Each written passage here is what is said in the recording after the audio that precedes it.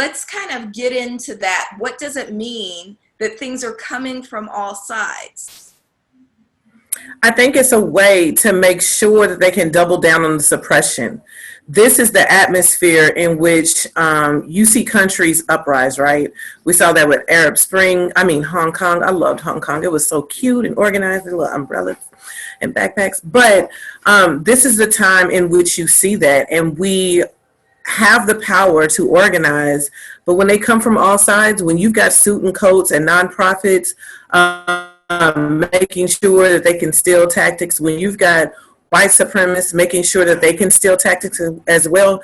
On Facebook, again, just scrolling through videos, there was an old Sister Soja conversation on CNN, and he was just like, don't you think telling these young people that being radical is going to have them do radical things? And she's like, that's what I'm supposed to be telling them to do. You know what I'm saying? Like, yeah, that's the whole point. And then here we are in 2016, and you've got the biggest reality star just telling people to be radical. And then each year he comes up with something even more radical to, here we are, drink the bleach, and people still are not getting it.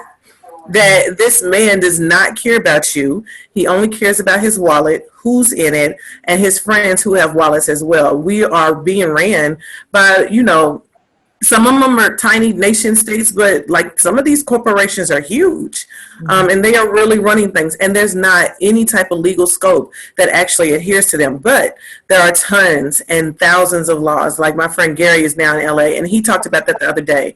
Do we know how many laws there are that govern us? Well, we know as Black people we do. We know that there's unspoken laws, and we know that there are real laws. Even in a pandemic, we're still policed at home. We are sent at home. We are incarcerated at home if we are sick. You are not offering us any medication. You haven't offered people any type of telehealth. Because that's the new thing. So it's making sure that we're tired. It's making sure that we become exhausted at organizing in the street, or even organizing at the ballot box. They want to amplify the stories about, we left them in the closet.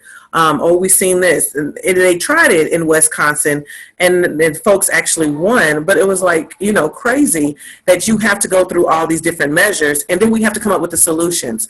So I'm being asked, what's a safe way to hold, a voting precinct, or what's a safe way for us to do this work in the community? Don't do it if you don't have the heart in mind, is what I always tell them anyway. Well, I just see, I'll say this. I know a lot of people, Melina knows me. My views on this are are farther than just radical. And I'm talking about revolutionary.